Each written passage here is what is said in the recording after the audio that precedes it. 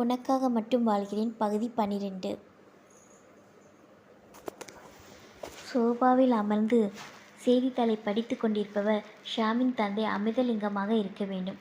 தலையில் முன்னதாக சிறு நரை, தங்க பிரேம் போட்ட மூக்கு கண்ணாடி, வெள்ளை ஜிப்பா வேஷ்டி என அமர்க்கலமாக இருந்தார். அவருக்கு வயது 55 இருக்க வேண்டும். ஹாலில் இருந்த ஃப்ளவர் வாஸில் பூக்களை மாற்றி கொண்டிருப்பவர் ஷாமின் தாய் விசாலாட்சியாக இருக்க வேண்டும். அழகான முகம், பார்த்தாலே கையெடுத்து கும்பிட வைக்கும் வசீகரம். அவருக்கு வயது கிட்டத்தட்ட 48 இருக்க வேண்டும். அருகில் இருந்த சோபாவில் அமர்ந்து இரு பெண்கள் ஏதோ சுவாரஸ்யமாக பேசிக் கொண்டிருந்தனர். அவர்கள் ஷாமின் தங்கைகளாக இருக்க வேண்டும். பெரியவள் வினயா 12ஆம் வகுப்பு படித்து கொண்டிருக்கிறாள். இளையவள் வானதி 8ஆம் வகுப்பு படித்து கொண்டிருக்கிறாள்.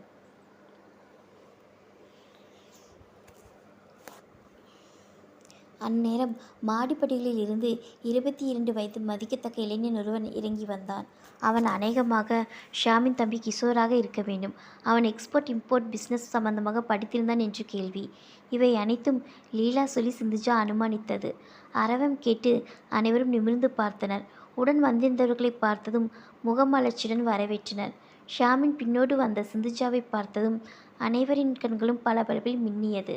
அவசரமாக ஷாம் கண்களால் ஜாடை செய்ய அவர்களின் கண்களில் தெரிந்த பளபளப்பு அடங்கியது. அம்மா, இவர்கள் பேர் கீர்த்தனா, லீலாவின் ஃப்ரெண்ட் என்று அறிமுகப்படுத்தினான். அவன் அறிமுகப்படுத்தியதும் பெரியவர்களின் காலில் விழுந்து ஆசீர்வாதம் வாங்கினான். எழுந்திருமா, நல்லாயிரு என்று ஆசீர்வாதம் பண்ணினார்கள். பாஸ்கர், என்னப்பா இந்த பக்கமே ஆளை காணோமே என்றார் அமிர்தலிங்கம்.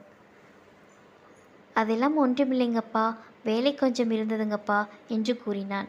லீலா, எப்படிம்மா இருக்க?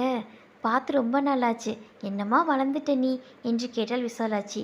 நல்லா இருக்கேன்மா என்று கூறினாள் லீலா. அனைவரும் உட்காருங்கள், நான் போய் பலகாரம் எடுத்து வருகிறேன் என்று கூறினாள் விசாலாட்சி. வேண்டாம் அம்மா, சீக்கிரம் சமையல் தயார் பண்ணுங்கள் என்று கூறினான் ஷாம்.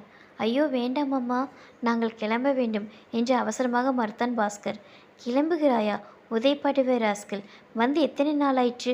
உடனே கிளம்புகிறான் என்கிறாய். இன்று இருந்துவிட்டு நாளை செல்லலாம் என்று கூறினான் ஷாம்.